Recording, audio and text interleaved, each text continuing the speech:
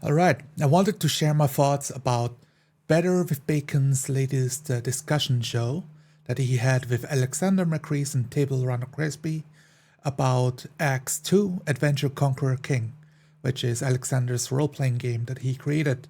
And they're discussing roleplay and how ACKS II fits within like 40 roleplay and relationships they have. There's some overlap, there's some disparities, but overall it was a good discussion.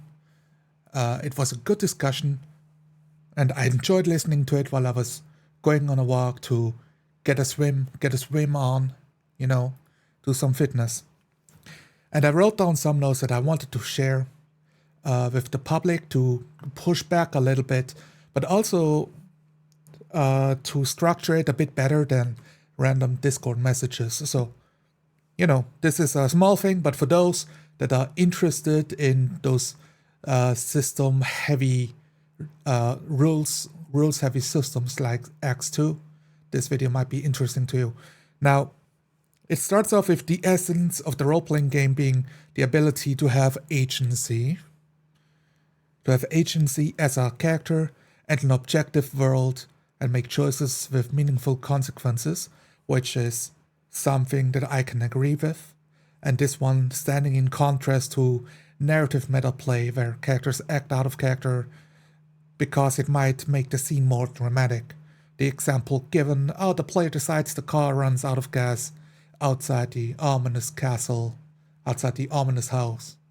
Yes, it might be a dramatic beat that sets up the adventure, but it is completely fictionalized by the player at the table, like created out of thin air, instead of the world being objective. Like in an objective world, the gas tank is full or it's empty or somewhere in between, and you're going to run out of gas when you have driven the car long enough. So on that end, I agree with it. So let's go a bit deeper until we hit some points that I've written down where I started to push back.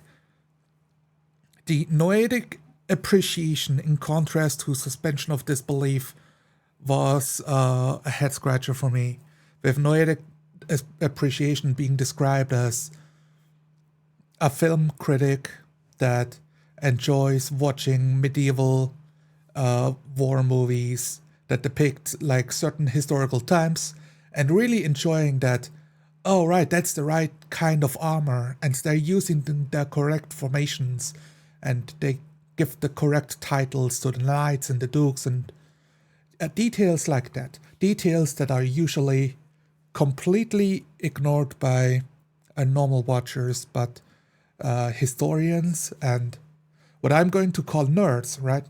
Historians and people that are really interested into those small details, they get a kick out of seeing it on the screen. And that's a small number of people. This is in contrast. I'm going to qualify that at a later point why it's a small number of people. It's in contrast to suspension of disbelief. And I'm not quite sure I agree with this, with the suspension of disbelief. So for the noetic appreciation, like cause and effect is not suspended. Something happens, you push the boulder up the hill. If you stop pushing, the boulder will roll downhill again, right? You have cause and effect. That is not suspended. With what I imagine Alexander means, the suspension of disbelief really leaning into, well, you do a thing, but the world doesn't really give you any consequences for doing it. But we suspend our disbelief that the world is still real. Even though like nothing happens, we imagine it might have an effect, or it's not that big of a deal, right? And that's where I disagree with. I think the suspension of disbelief is so much more powerful on that end. And why I was having a difficult time following along with the video, because it really makes the assertion that the world isn't real unless you know the nuts and bolts and have a system mechanized out, ready to go, that will keep it real. When I roleplay, I do the opposite. I don't want the details, I don't need the details. the details come into effect when they are created at the table through role-playing and interacting with the world, then the details will be talked about and explored. But yes, you might get into edge cases where you describe a town that is a farmer's town, but you enter the tavern and there's bread being offered at the tavern. So I'm talking about a farmer's town like, oh, I was thinking they have lots of sheep. So yeah, they would have lots of mutton, but you enter the tavern and there's bread being served. What if the town, instead of having wheat, just has lots of livestock? You wouldn't have bread. Maybe you would have gruel. Would that detail destroy the verisimilitude of the world and your enjoyment of the game? I don't think so. But I believe Alexander, if he says, like that he has this noetic appreciation, he wants things to make sense. So if he notices details that don't make sense, that it ruins his enjoyment of a game. And I believe him. And that's what I mean with the nerd comment of, yes, you're looking too much into the details. Now, can you stop it? I don't know. Like, he is going to know for himself. I don't. But I believe there's many people out there that can and have absolutely no trouble whatsoever looking beyond that and have that suspension of disbelief that was so readily available when we were children and just imagined the world how it would be. There were not all of these layers of questioning that we have now that we are adults and understand how the world works. Having the simulations to model player actions, allowing capricious players to influence the world in a way that keeps consequences consistent based on the world's resources. I think that one is interesting because it really helps having those systems to help players inform of, okay, you want to go on a smuggling run to decide whether this is a milk run, like a 1 in 1,000 that is used to test if you have the knack for it and know the right people and know how to wheel and deal, make some money, but prove that you can do a job without getting caught. Low pressure, but more of a proving grounds. In comparison to, are you doing a massive crime organization where you're selling the halfling leaf and like doing the operations of growing it, packaging it, selling it, distributing it, and having those details across the world of supply and demand to enforce the consequences, that being consistent based on the world's resources, to be like, oh yeah, you get this huge markup because it's an illegal wares and almost nobody can supply it, and you could become a big player on the market. I think it is completely superfluous to the role-playing experience. This is what I would think of as something optional to role-playing, which is why I think this is a piece of this discussion that I was really hoping to see more pushback from the other two guests. Now I understand they are not the kinds of people that would push back on that, right? But and that's totally fair and okay. I don't have a problem with that. But really, this amount of granularity is superfluous the right word? I would say it's optional. It's optional to role-playing in a role-playing game. Like we have said before, you want to have the cause and effect be respected, and I agree with that. But you don't need to have the rules written out and the math displayed for to create the cause and effect. A lot of that can be handled by the game master thinking of what would be a reasonable consequence, what should be the consequence, and what he knows about the area. And you don't need to lean that far out of the window to understand the economic dynamics of your entire universe. Gonna come later on about that. So ACKS, and this is an assertion from me, ACKS is a 4X video game performed by hand with human brains that are indisputably worse for computational use compared to a CPU processor. Right? The computer is the one thing they do better than the human brains is the math calculations. It's running the numbers. This is the power of computers. You can do it, you can do some of it with your brain, but it is slower. It's a simple matter of fact. It's not a competition on that end. But what the human brain has strengths in much bigger areas outside of the math parts, which is why I find that parallel interesting, right? So, okay, is ACKS a 4X video game with 4X? Now, let's see if I can remember all of them from the top of my head. Expand, explore, and I don't remember the other ones. I think trade is a big one, and politics. Those are like the big 4 X's for video games. We are talking X for Foundations, a space simulator video game. We are talking Europa Universalis. We are talking, I got a couple of them. I would have to look them up for quick reference. I'm thinking Mountain Blade 2, Bannerlords. That's an example that comes to mind as well. Maybe I can pick up one more. Total War Warhammer 3. That one is a very good example. Age of Wonders 4.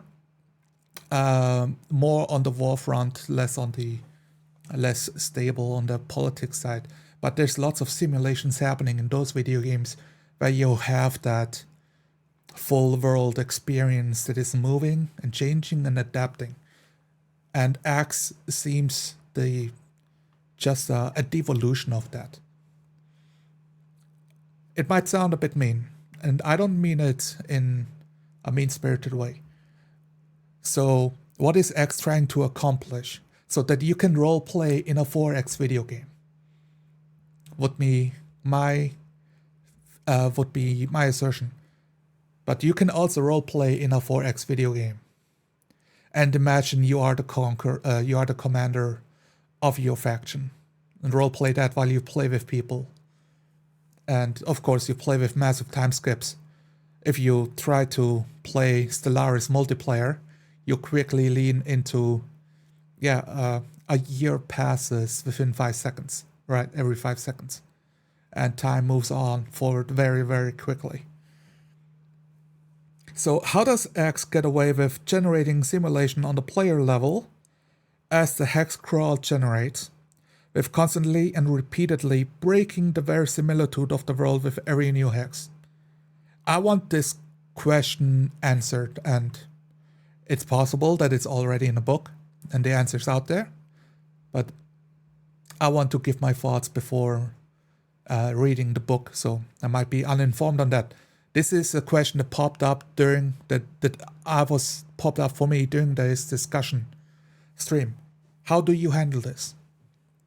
If we are at the same time trying to stay away from front loading the players with everything about this entire universe and just focus on the hex they are starting in, then how can I even create a character that exists in that world? How do I even know what I can or cannot do with my surroundings before it is being processed, right? On that line, how can I create a character that was not born on the starting hex if I don't have any information about it? Will ACKS not run into the self-same problem of simulating a universe just to bake a pie, being able to suspend disbelief? And we are suspending our disbelief. There are hexes out there that have not been created. Now one is being created. This was an example from Bacon that had a dead giant, a dead cyclops on it. And the dead Cyclops now insinuated the existence of tribes of Cyclops that might be roaming the area. And that is interesting and that is cool. But I suspend my disbelief that, oh yeah, Cyclops exist now. They didn't before. Nothing about the worlds that we interacted with so far insinuated this to be a thing. But now they do. And it can, and it might change the entire outlook on the world for the player characters. This is, for me, the same levels of, like, well, my suspension of disbelief is really getting pushed to its limits, because every time we flip open a new hex, so to say, for the hex scroll experience, more details get added, and I need to now figure out how it works or contradicts to the existence of the world. So if the rulebook answers this problem, I'm open to see that, and I'm open to hearing about it. I mean, generally, I'm pretty open to experience it myself by playing in an ACKS game and looking into the back end of how those details are supposed to function. I think it's one of the details that I appreciate about Stars Without Number, where they solve the problem by front-loading the creation of the universe and the different factions within, and having a baseline of civilizations that interact with each other back and forth to use their faction turns every month to see, like, do the cultists gain in power or lose in power? Are the secret ancients collecting information that they can use to sabotage the Colossal Republic? Details like that. But I've never played it for the exact same reason. It's a bunch of work. And this is a paradox to me. So I need to see that solved live at the table, and it needs to preserve the verisimilitude of the world instead of disrupting it, right? For the same reason that there's a noetic appreciation for all the details, you cannot at the same time rely on random tables adding details into the world that contradict to information that has been created beforehand.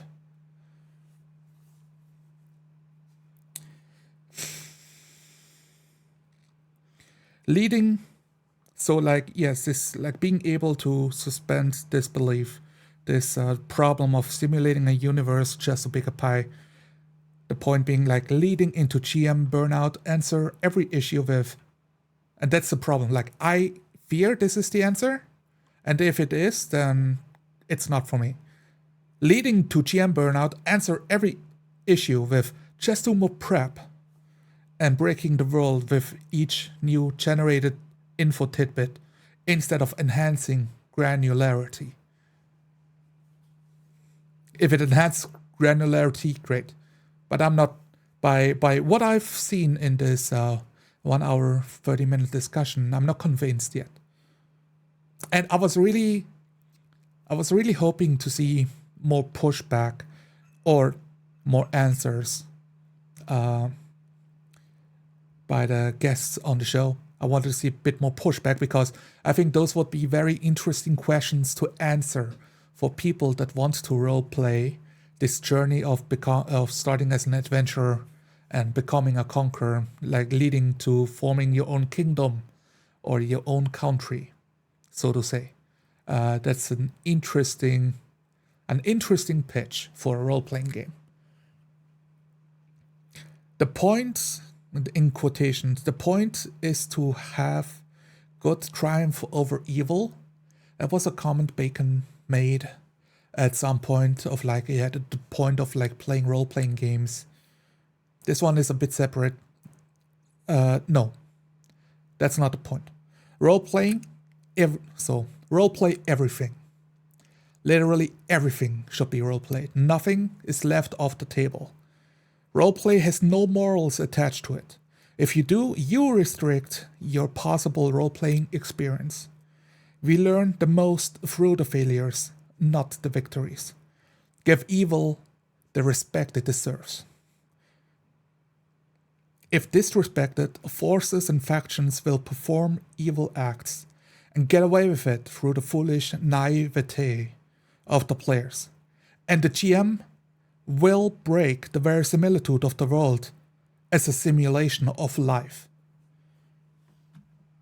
That one, I was thinking about it for a little bit, and I think it would be interesting to do around like a panel show discussion about it on Inside Roleplay.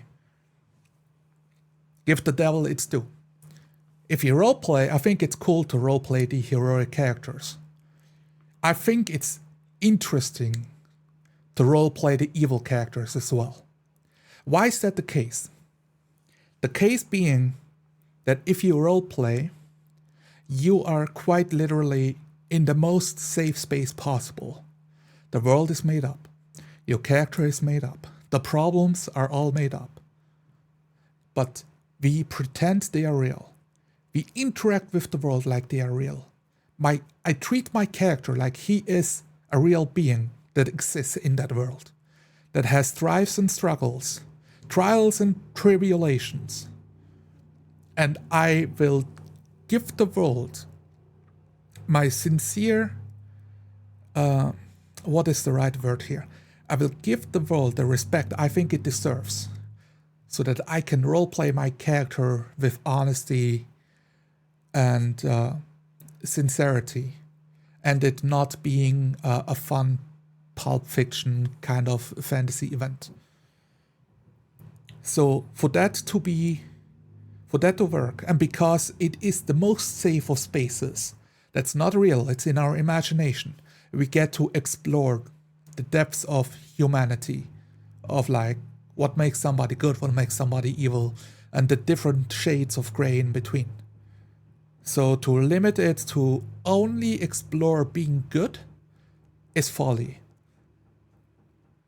It's limiting, and I understand to be as a conscious choice for players. I think it's healthy if you wish to do this more for entertainment. But you can absolutely use role-playing games as an experience to form real memories to think back on after the session has ended and ruminate on it, on the events you have done in this fictional world and how it changes, how it influences, let's say influence instead of change. I think that is a better word here, how it influences your behaviors in the real world. So absolutely don't limit yourself only to being heroic. If anything, to go back to ACKS II, the game. What if you roleplay Genghis Khan? He wasn't known as a nice guy, right? Who are the people that are conquerors? Who are the people that don't just want to live in existence, but in that very specific rule book, you want to roleplay a character with goals and aspirations that are big aspirations that might change worlds, that might change the continent, that might change the country, it might change his region, but yes, that might change entire worlds. And for that, you also should, the rules should reflect that not all actions are of noble intent, and to allow for that to be reflected through roleplay. And this is I think this is a difficult pill to swallow for people, because most of us have modern sensibilities of what is or is not okay to roleplay with people. I think there's a fear of being judged by your fellow players. There's a fear of like, a couple people might be afraid that people mistake your roleplay with the dark secrets that you're hiding from society. Like, oh no, his mask is slipping. He's actually such a massive asshole. And all kinds of things people can paint in their minds. But if the roleplay table doesn't allow for evil to exist and be role played, then what is the appropriate space if not the role playing table, where the only limitation is your imagination? Now, that's the whole thing, right? Like, okay, role play with adults, right? Everybody has to be adult about it. And you also talk about, well, do we care? Or do we want to be the heroes? Or what if we want to be, what if we want to role play different shades of grays for the characters? Like a Vampire the Masquerade setting. You might be a massive dick, but you might be loyal to your clan. Or my Lich's Drags campaign, where the Lich King has failed conquering the continent and the human civilizations, but the orc tribes are still alive and roaming the Badlands, and seeing different grades of evil through roleplay, which makes that campaign, my campaign in particular, so much better compared to a normal 5e campaign. Alright, that's the end of my notes. I've had some thoughts stray in my mind, but you know, as they go, they vanish here and there. Yeah, I'm gonna end it here. Thank you guys for watching, and let me know what you think about this. See you around.